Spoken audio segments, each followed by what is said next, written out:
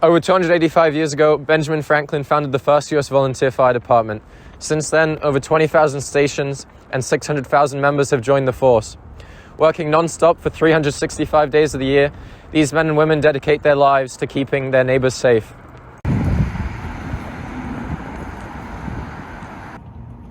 I'm Joe Perotti. I'm one of the second assistant chiefs here at the Glen Ellyn Volunteer Fire Company.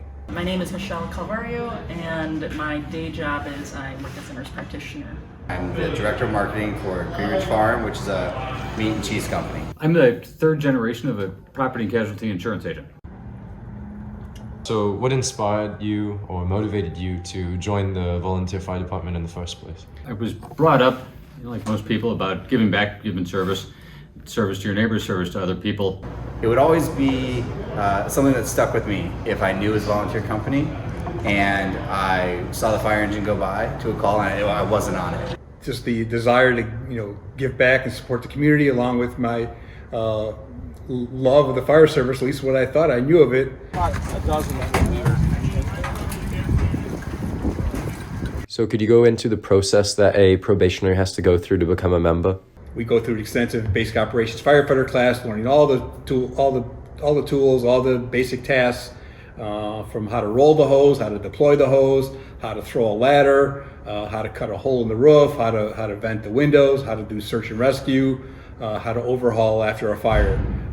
Probation members go through all those tasks along the way during that 12 to 18 month period. The mandatory trainings were Sunday mornings and Monday evenings. Those were mandatory and still are to come to both. And then as far as the process over the 14-month probationary period that I had, there were some weeks where I was gone 6 to 7 nights a week, or days during the week. Other days that were just lighter just because of my schedule or other individual schedules that kept me away. So it really did vary throughout the 14 months. On average, probably 5 nights a week. So I would say in total it's probably 8 to 10 hours a week. Sometimes it's more, and that's just the training. So I've got 2 young kids, so my wife gets an amazing amount of credit because we're dealing with that at home and having fun with that, and then the pager goes off and I have to go. With regards to family life, I'll say I have an understanding wife, and she's learned to accept that this is a big passion of mine, and she'd probably tell you that I probably might pick this place over her, which I'm not sure is true, but the family has adjusted over the years, and they've learned that it may be Christmas dinner and this pager goes off and I gotta go.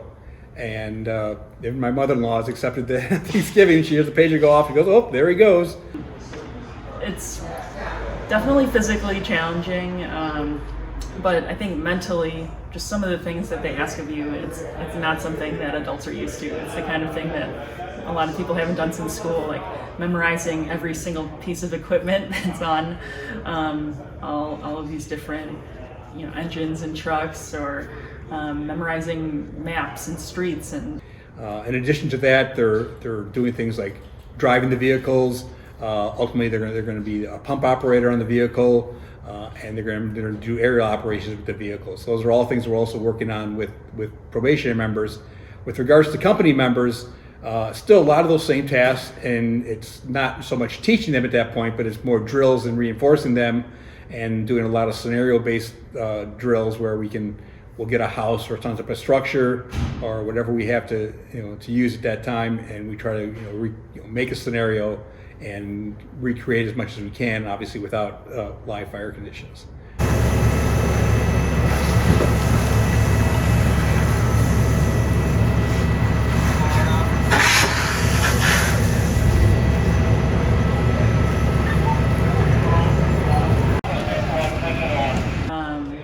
Each seat on the engine pretty much, and on the trucks, has a job. So if you're sitting in that seat, you know what you're going to do when you get to a call.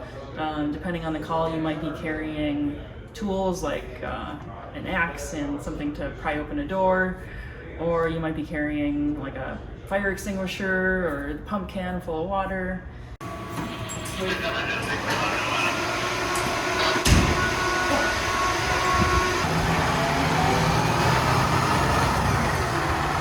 You can't choose family, you can't choose your fellow firefighters, but I think the thing that's great here is everybody gets it because we're all volunteers, right? So like everybody understands what you're going through or what the commitment is.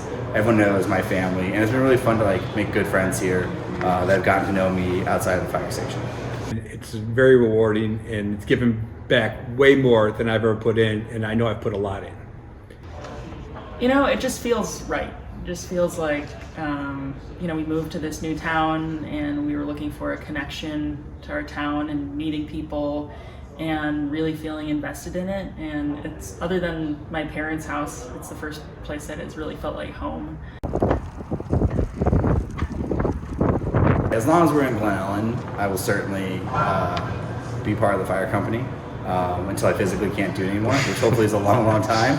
And I think at this point, even if we moved, it would be even harder to leave Glen Ellyn because I've joined the fire company. This fire company has served the village of Glen Ellyn since 1907, so I think that, if I'm doing my math right, it's 115 years now, and it's served it well, and hopefully will continue to do so into the future.